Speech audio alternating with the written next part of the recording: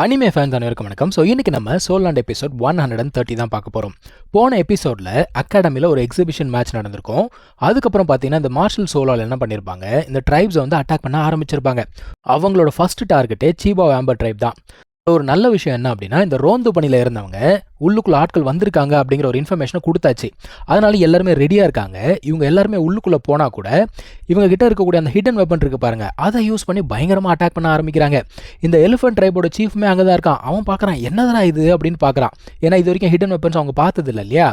இருந்தாலுமே இந்த ஹிடன் வெப்பன்ஸில் ஒரு பிரச்சனை, லெவல் 40 வரைக்கும் ஓகே, ஆப்போனன்ட் ஸ்ட்ராங்காக இருந்தாங்க அப்படின்னா ஒன்றுமே பண்ண முடியாது. ஸோ ஸ்ட்ராங்கஸ்ட் ஆப்போனன்ட்ஸ் அப்படிங்கிறவங்க உள்ளுக்குள்ளே வர ஆரம்பிக்கிறாங்க. அங்கே இருக்கவங்க எல்லாருமே போட்டு தள்ளுறாங்க. இப்போ அங்கே யாரா வராங்க அப்படின்னா, நம்ம சென்ஷின் வராரு. இவர் ஸ்குவாட் மாஸ்டர் இல்லையா, பயங்கர ஸ்ட்ராங்கான ஒரு ஆப்போனன்ட் வேற. ஸோ எதிரியா அந்த இடத்துல அவர் தடுத்து நிறுத்துறாரு, எதிர்த்து சண்டை போட ஆரம்பிக்கிறாரு. ஸோ இந்த பக்கம் என்னதான் சென்ஷின் எல்லாரையும் தடுத்து நிறுத்தினா கூட அந்த ட்ரைபுக்கு உள்ள நிறைய பேர் போயிட்டாங்க. அங்கேயுமே எல்லாருமே என்ன பண்ணாங்கன்னா ஹிடன் வெப்பன்ஸ் அப்படிங்கிறத யூஸ் பண்ணி தன்னை தானே ப்ரொடெக்ட் பண்ணிக்கிறாங்க. இருந்தாலுமே அந்த இடத்துக்கு ஒரு கிராண்ட் சோல் மாஸ்டர் ஒருத்தி வரா. அவளுக்கு ஃபயர் பவர் அப்படிங்கிறது இருக்குங்க. அவன் என்ன பண்ணுறான், அந்த ஃபயர் பவரை யூஸ் பண்ணி எல்லாருமே எரிச்சு விட்டுறா. அதாவது எப்படி இருக்குன்னா, நரகத்தில் அந்த அழுகுரல் கேட்கும் இல்லையா, அந்த மாதிரி எல்லாருமே கதறாங்க. இப்போ ஒரு குழந்தை அவன் வந்து தப்பிச்சிட்டா, அங்கே இருக்க ஒரு இடத்துல ஒளிஞ்சுக்கிட்டு இருக்கா. குழந்தைன்னு கூட பார்க்காம அந்த குழந்தைய கூட கொல்லணும் அப்படின்னு பார்க்குறாங்க. அந்த சமயத்தில் இந்த போன் தோலோ இருப்பார் இல்லையா, இன்னொருத்தர், அவருமே அந்த இடத்துக்கு வந்துடுறாரு. ஸோ சண்டை அப்படிங்கிறது இப்படியே போயிட்டு இருக்கு. இங்கே கட் பண்ணால் அகாடமியை காட்டுறாங்க. மாஸ்டரும் ரோராங் ரெண்டு பேருமே நடந்து வந்துட்டு இருக்காங்க. ஸோ தங்சான் வந்து பார்த்தீங்கன்னா இப்போ தான் கிளம்பி போனான். இவளுக்கு என்ன கேள்வினா, தங்சான் போனதுக்கு அப்புறமா அப்பா எதுக்காக வந்திருக்காரு, என்ன விஷயமா இருக்கும் அப்படின்னு சொல்லிட்டு போகிறாங்க.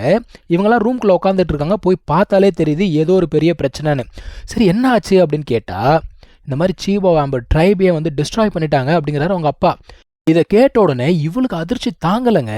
ஆக்சுவலாக அவர் என்ன சொல்கிறாருன்னா, நேற்றுக்கு நைட்டு வந்து எங்களை அட்டாக் பண்ணாங்க, கிட்டத்தட்ட 2/3 ஆஃப் த ஸ்டூடெண்ட்ஸ் வந்து இறந்து போயிட்டாங்க அப்படிங்கிறாரு. இன்னுமுமே ஏகப்பட்ட பேர் இறந்துக்கிட்டே இருக்காங்க, மரண ஓலம் கேட்டுக்கிட்டே இருக்கு அப்படிங்கிறாரு.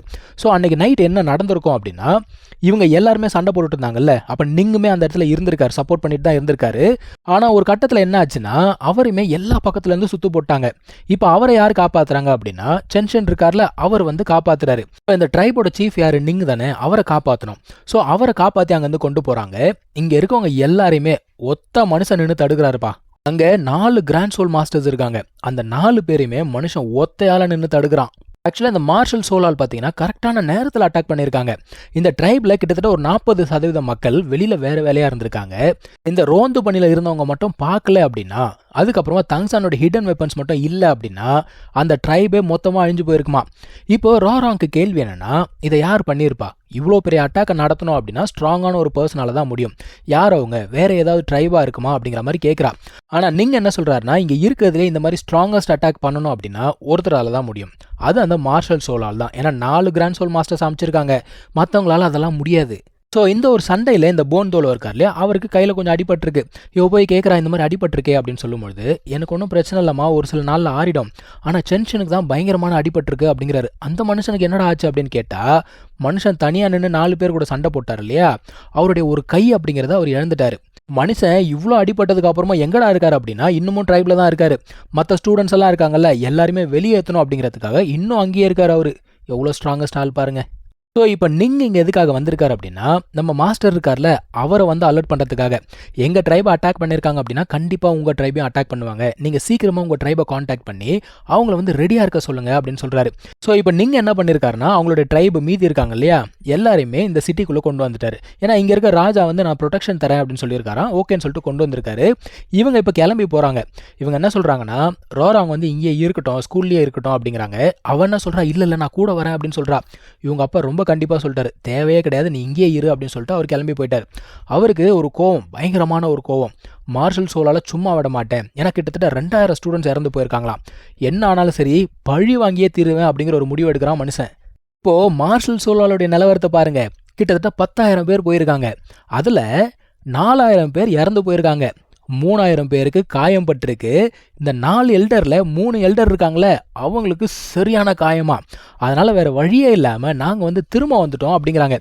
இவளுக்கு சரியான கோவம், ஏயா 10,000 பேர் கொடுத்தேன், இதில் இது வந்து சீக்ரெட் அட்டாக் வேறு, எதிரியோட லாஸை விட என்னோட லாஸ் அதிகமாக இருக்கே அப்படின்னு சொல்லிட்டு திட்டுறா.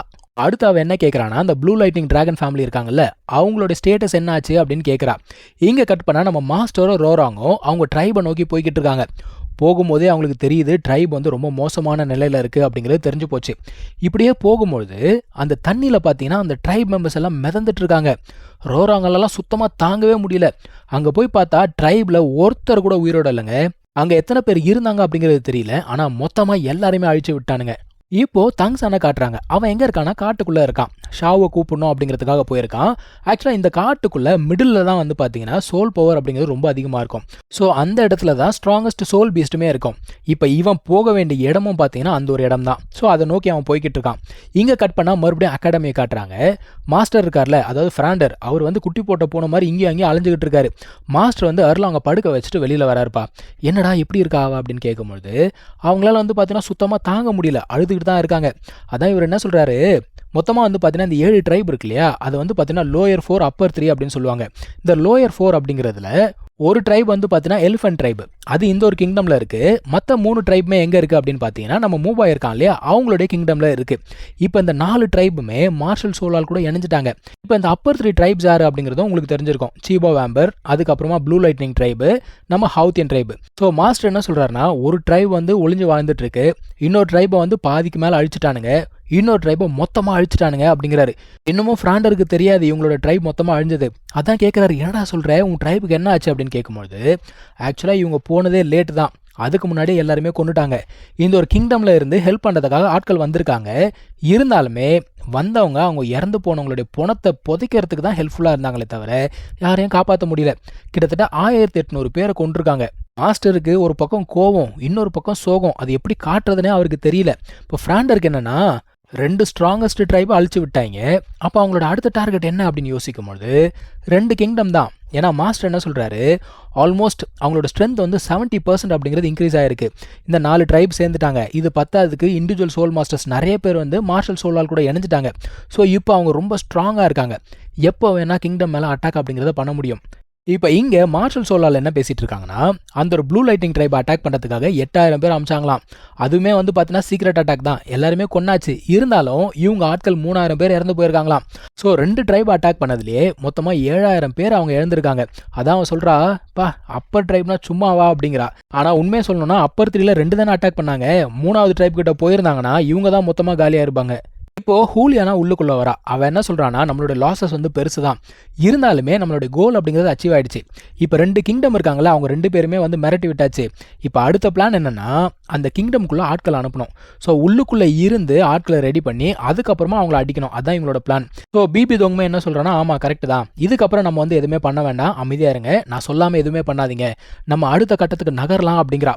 இங்கே தான் இந்த ஒரு எபிசோட் முடியுதுங்க. நம்ம அடுத்த எபிசோடில் கண்டினியூ பண்ணலாம். தேங்க்யூ ஸோ மச் ஃபார் வாட்சிங். Take care. பை.